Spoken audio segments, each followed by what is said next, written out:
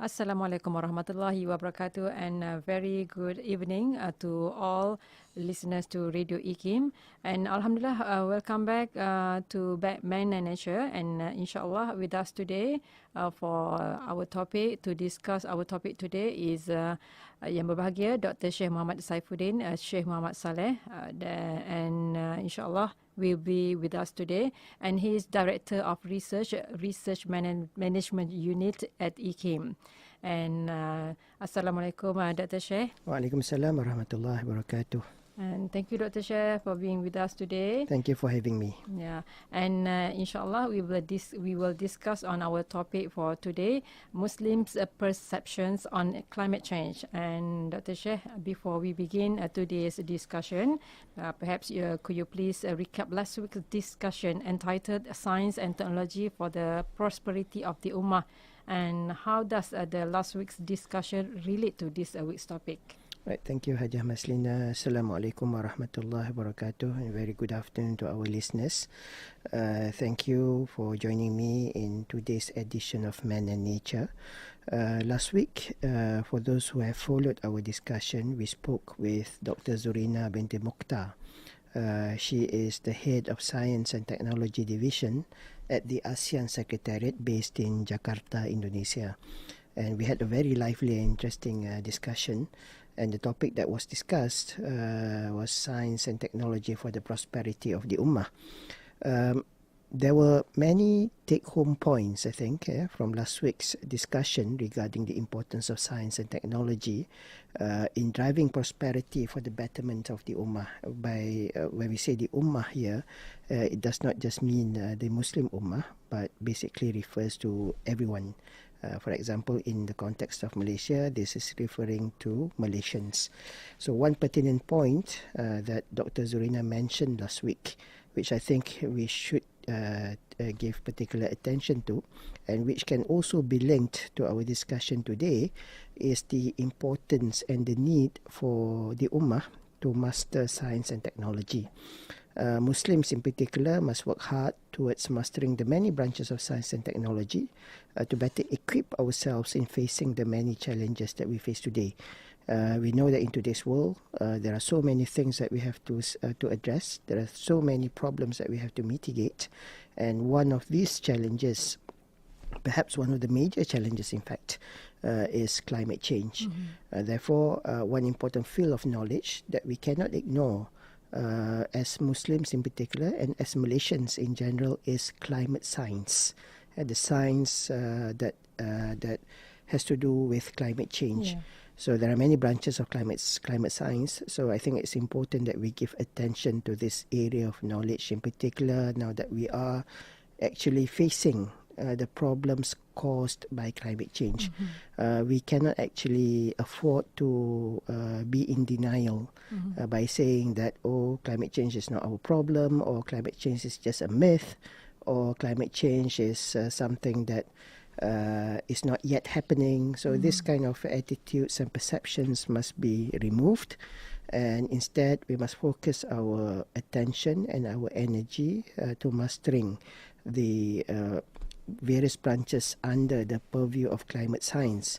And this has been what we have been discussing for the past few weeks in Man and Nature, where we have a number of guests coming on the program, highlighting the need to mitigate and tackle various problems caused by climate change, including disasters, natural disasters. And for us to move forward and for us to do this effectively, we have to rely on climate science, because climate science provides us with the evidence, scientific evidence as to what happens, and it can also provide us with solutions that we can adopt in order to ensure that even if there is disaster taking place as a result of climate change, then it is something that we can manage in a proper manner, in an effective manner, and in a way that can reduce or minimize damage, not just property damage, but also loss of lives. So I think this is one important thing that we can relate our discussion today to last week's discussion. Yeah, as you said before, we as Muslim also need to change our perception on climate change, and also perhaps will help us with the climate science. So, how important is religion in the discourse of climate science and also climate change? Right, thank you, Hajah Maslina. If we were to look at the vast literature on climate change, we can actually find that there has been a rising consideration of religion in the area, in this area of discourse. Meaning, when we talk about climate science, when we talk about climate change, we find that there are more and more scholars doing research and writing on the fact that religion has to be a factor when we want to address problems pertaining to climate change. There is an increased focus on culture, on values, and also on worldviews in a lot of research all over the world, not just in the Muslim world, but all over the world, pertaining to climate change. And these seem to direct their attentions to religion. Yeah? When people speak about culture, when people speak about values, when people speak about worldviews, they will ultimately fall back on religion. Many scholars have put forth the argument that there is a fundamental need to understand the role of religion in order to fully comprehend the socio-cultural dimensions and dynamics of climate change issues. And there is also an increasing number of literature stressing on the importance of religion in addressing human-induced environmental degradation. We know for a fact that one of the things mentioned in the Quran is that many of the calamities, many of the problems, fasad, occurring on this planet is the result of the hands of man. So by using or by drawing onto religious values, it is a way for us to address these issues and to inculcate awareness amongst, in our discussion, we are referring to Muslims, for Muslims to, inculcate positive values to address all these environmental degradation and its related problems. We know that religion shapes the worldviews and moral attitudes of its followers, as well as how they perceive the natural world. Also, religious leaders, I think this is an important point that sometimes we miss. Religious leaders and religious organizations, they are generally respected as authorities. When religious leaders highlight the interconnectedness between religious values and the importance of safeguarding the environment, for example, then that would actually carry weight in setting the agenda towards environmental protection, as well as influencing people to be responsible when it comes to looking after the natural world. In other words, we see that religion has over time become more environmentally aware and engaged with environmental issues, including issues like climate change.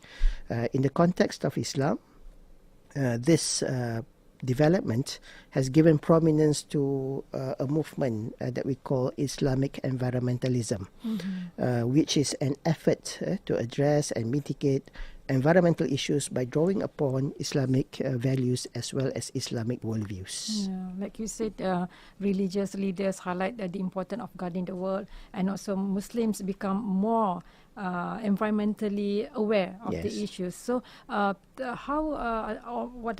can I say is climate change is an environmental issue, like you said before. So, how does Islam as a religion view this issue, Dr. Sheikh? Right.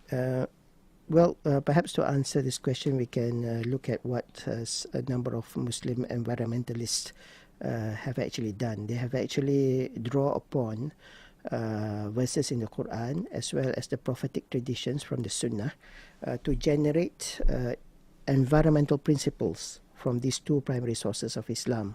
This in turn creates ecological interpretations of Islam, as well as a set of environmental ethics from the Islamic perspective. There have been a number of authors that has written on this, and they have expounded their views regarding these principles. There are many principles. If we were to list everything, perhaps we need more than one program to discuss this. But some of the more fundamental principles include, number one, Tawheed. which we know refers to the oneness of Allah subhanahu wa ta'ala, which clarifies the unity of all creating to which humans belong. This is the most fundamental principle in Islam, and therefore the most fundamental principle for Islamic environmental ethics. In other words, when we talk about Islamic environmental ethics, we always start with Tawheed, meaning that we acknowledge that Allah is the creator and that everything that we have around us, including ourselves, has been created by Allah subhanahu wa ta'ala. And from there, comes all the other principles. And these principles include Mizan, which is often translated to balance. This describes the universe or alam as being created by Allah subhanahu wa ta'ala in a harmonious balance.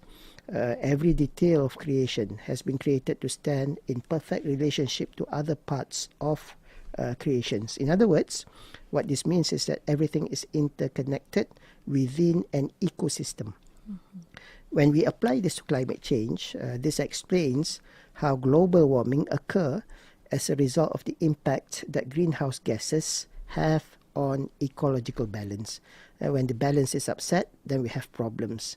When we have greenhouse gases, this upsets the ecological balance, and this affects the climate system, and that's why we are seeing the climate change, the climate changes that are occurring today. The next principle is khilafah, which is vicegerency, which spells out the role of mankind as trustees or vicegerents of Allah subhanahu wa ta'ala on this planet. Mankind has been entrusted as stewards on this planet, and therefore it is the responsibility of mankind to take care of the natural world. And caring for the environment, for many thinkers, is actually an act of ibadah, or an act of worship to Allah subhanahu wa ta'ala. Several verses in the Quran warns of overexploitation as well as wastage. And from the perspective of this principle, which is khilafah, we can deduce that climate change occurs because of failure of mankind to fulfill the trust given by Allah subhanahu wa ta'ala to look after this planet. Now, the next principle is maslahah, which is basically the concept of public interest.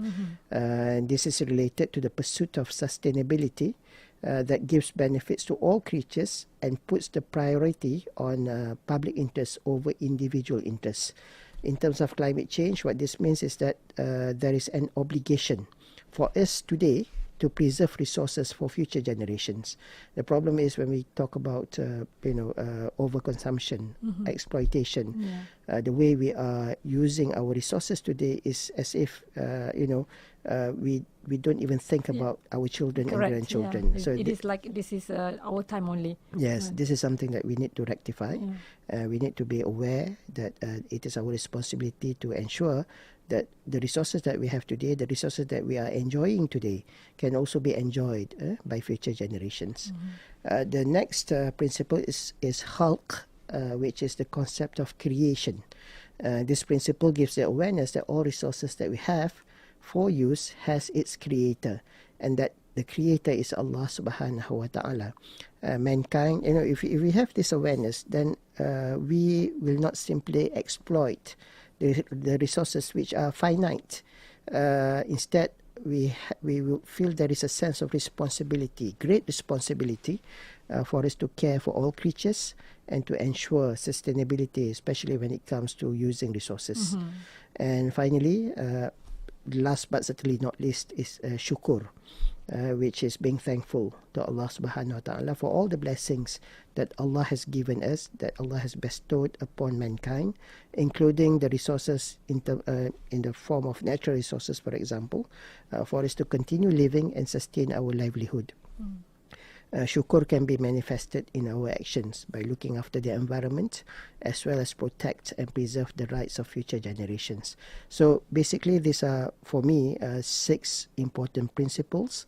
There are others, as I mentioned earlier, but essentially the 6 are Tawheed, Mizan, Khilafah, Maslahah, Khalq, and Shukur.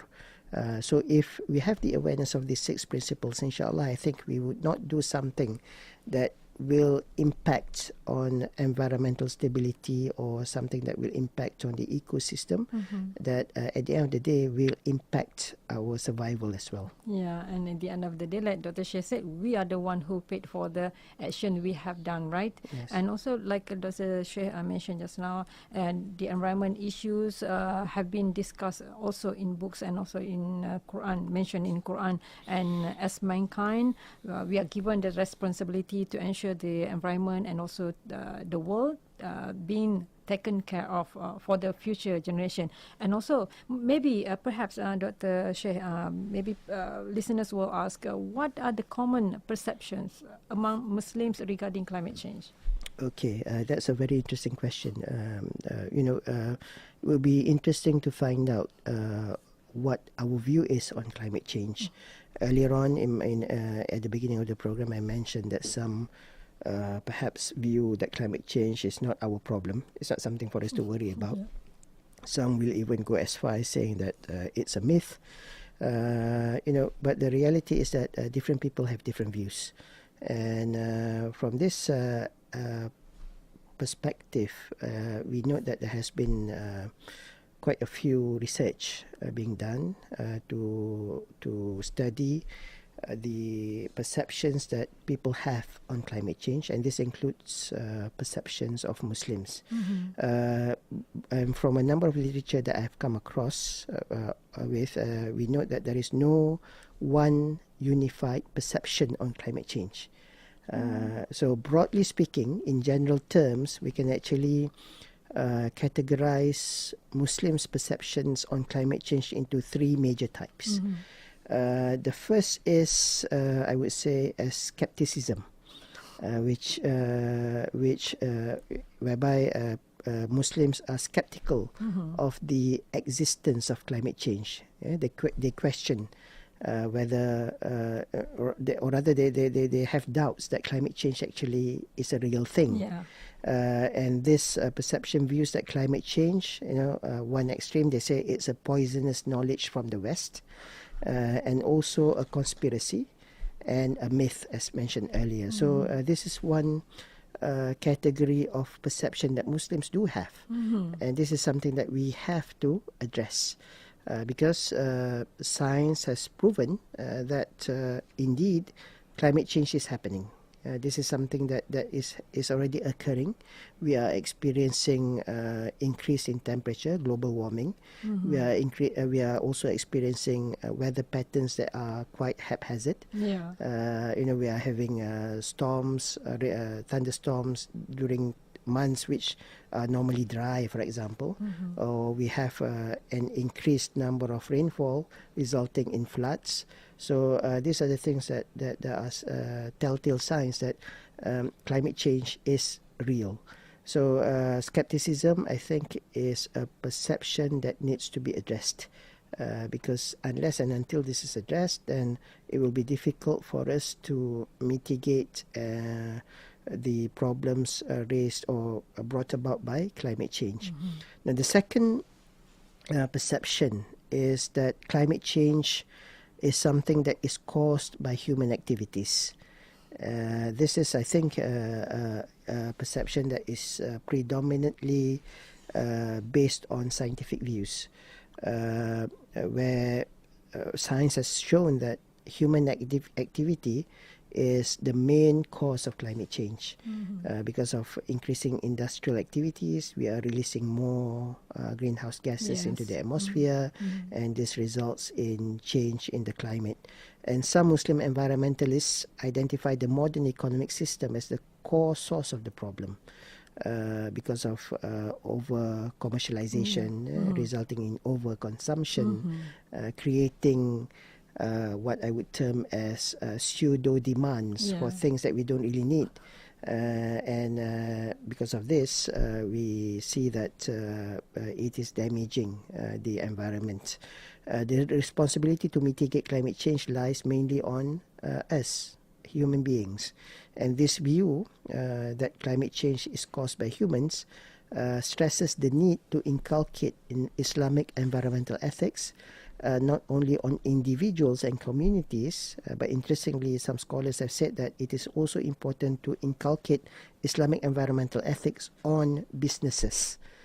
In other words, people who are involved in industries and businesses, they also need to be aware of Islamic environmental ethics to ensure that whatever that they produce is produced in a responsible manner, in a manner that does not affect the environment. Now, the third view looks at climate change from a spiritual perspective. And this is interesting because under this category, we can further categorize into two subcategories. This perception looks at climate change as either, number one, a form of punishment from Allah subhanahu wa ta'ala for the sins of humans, or number two, humans' destiny and the looming end of times. So basically these two views, while they are both spiritual in nature, gives two different interpretations. The first view is that Allah's punishments for human sins indicate that the cause of environmental degradation is a result of the immoral behavior of humans, leading to different forms of environmental degradation and disasters, and this includes climate change. While the second view, that is the looming end of times, indicate the perception that humans are not responsible for climate change, but rather it is simply the fulfillment of an end of time prophecy, the prophecy of Qiyamah. So it's interesting to look at all these different perceptions. The spiritual causes or the spiritual perception, I think, is valid under the Islamic teaching. The climate change as caused by humans is backed up by science. Again, I think this is also something that we can say that is relevant to be looked at. But I think that the one that needs to be addressed is when we have a group of people who may be skeptical or in denial of the existence of climate change. But that one is quite dangerous, Doctor. Maybe we can say if we don't address this issue, the skepticism. Skepticism. Then maybe it will lead us to the very major problem later, right? Yes, I think this is something that has to be addressed. We have to ensure that everyone gets the right information. Everyone is educated on this issue, given the correct awareness, so that we can take the necessary actions. After all, the responsibility of looking after the environment is the responsibility of everyone. It is not something that we can say that, okay, this is the responsibility of the government to address climate change. No, government can set policies, but when it comes to implementation, everybody has a role to play. I think we have to discard the mindset or mentality that climate change is something that is not our problem. It's the same when it comes to simple things like throwing rubbish. We look after the cleanliness in our homes, but if there's rubbish just outside our gates, our compound, then we say that's not our problem. We have people that are paid to pick up the rubbish. So therefore, we close our eyes to it. This sort of mindset has to be replaced. We have to take charge. We have to take responsibility for everything that has to do with the environment. As much as possible, we have to play a proactive role in ensuring that, we have to think of it this way. We have to ensure that our actions do not affect our children, our grandchildren, our future generation. If we can enjoy living in an environment with clean air, if we can enjoy clean beaches, then this is something that we would also like our children and grandchildren to enjoy. So it's our responsibility to make sure that the environment is not destroyed. So that, this goes back to the concept of khilafah, where the the planet is something that is given to us in trust by Allah Subhanahu Wa Taala, and this is something that will be questioned later during the Day of Judgment. Yeah. So this is something that we always have to be aware of, and try to ensure that we carry out our responsibility as best as possible. Yeah, I remember Dr. Sheikh used to discuss about this Khalifah issue, right, in a few previous episodes. And also, if we have this kind of small mind, small thinking about not our responsibility, so stop now. So now we have to make a change to make a better, this world a better place, a better environment. And Dr. Sheikh, maybe one last question, Dr. Sheikh. Not really last, I mean second last question maybe. How is climate change being addressed by Muslim actually? Okay, I think briefly we can say that many scholars are aware of the need to address climate change effectively. And this is something that is very urgent, that needs addressing. So we can say the issue of climate change is being addressed by Muslims in many parts of the Muslim world in three major ways. There are three major activities that we see happening. Number one, campaigning publicly to raise greater concern about climate change. And this includes campaigning among decision makers, policy makers. And this has been done through a lot of media campaigns and also advocacy works. Number two is materializing change by undertaking socio-technological measures to reduce carbon emissions. For example, by implementing green practices. And some of these efforts have been discussed in our previous editions of Man and Nature as well. Number three, by disseminating pro-environmental values and worldviews to potentially influence the lifestyles of Muslims. This is done through khutbah, through tazkirah, through talks, and even we can argue that this is what we are doing in Man and Nature on Radio IKIM. Yes. So these are the three major ways in which climate change is being addressed by Muslims, not just in Malaysia but also throughout the world, including Muslims in non-Muslim majority countries. Yeah. When we discuss about this topic, Dr. Sheikh, sorry, in 2015, the Islamic Declaration of Climate Change, or IDCC, was launched in Istanbul. So why is the significance of this declaration actually? Right. The Islamic Declaration of Climate Change, I think this is a favorite topic of our previous Director General, Professor Dr. Azizan Bahruddin. The Islamic Declaration on Climate Change basically seeks to create greater awareness for climate change, and it actually calls upon decision makers in the Muslim world and beyond to take sound actions. In other words, they don't want us to only talk, but take action. The declaration draws upon the Quran and the Sunnah to highlight Islamic principles and combines them with scientific insights on global warming. And the declaration illustrates that Islamic environmentalism provides interpretations that are applicable to climate change. They draw upon the principles that were mentioned earlier and suggested ways in which these can be implemented into measures that are implementable. So I think the important point here is that when we talk about actions to mitigate climate change, it's not just talk, but also act. Yes. In the Quran, there is a verse that says, "Ya ayyuhalladhina amanu lima taquluna ma la taf'alun," which basically means, "O believers, why do you say that which you do not do?" So this is a warning from Allah Subhanahu Wa Taala for us not to just say or not to just talk, but also to translate what we say into actions that are meaningful, actions that can result in positive impacts, especially with regards to climate change. We need to minimize the impacts of climate change. Definitely, by talking, it will not solve anything. Yes. But by doing, then inshallah, we'll see the much sought after changes. Yeah. Thank you very much, Dr. Sheikh. Actually, we are already towards the end. Maybe, Dr. Sheikh, you can give some conclusion on this topic today. Right, thank you, Hajjah Maslina. I think one point that I would like to make at the end of this discussion is that each of us actually has a role to play in mitigating climate change. We may think that what we do is small, but remember, when we accumulate the small actions of everyone, then that will result in something very big.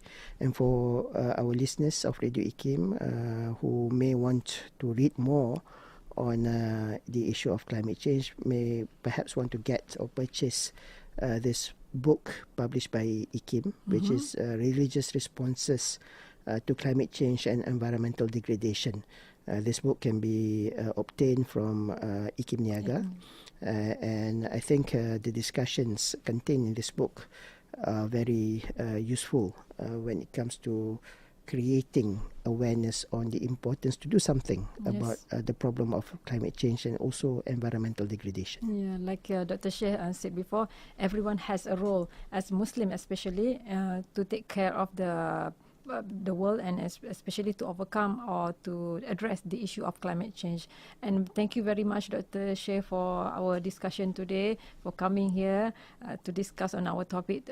Topic today is Muslims' perceptions on climate change, and inshallah we will come back for next week. And for those who wants to get the book, don't forget to go to our IKIM Niaga to order the book. And Dr. Sheikh, thank you very much. Very informative and very enlightened. Very enlightened this topic for today. And inshallah we will come back on next week. And Assalamualaikum. Waalaikumsalam warahmatullahi wabarakatuh. And for you, stay tuned to IKIM Inspirasi Inforia Islami.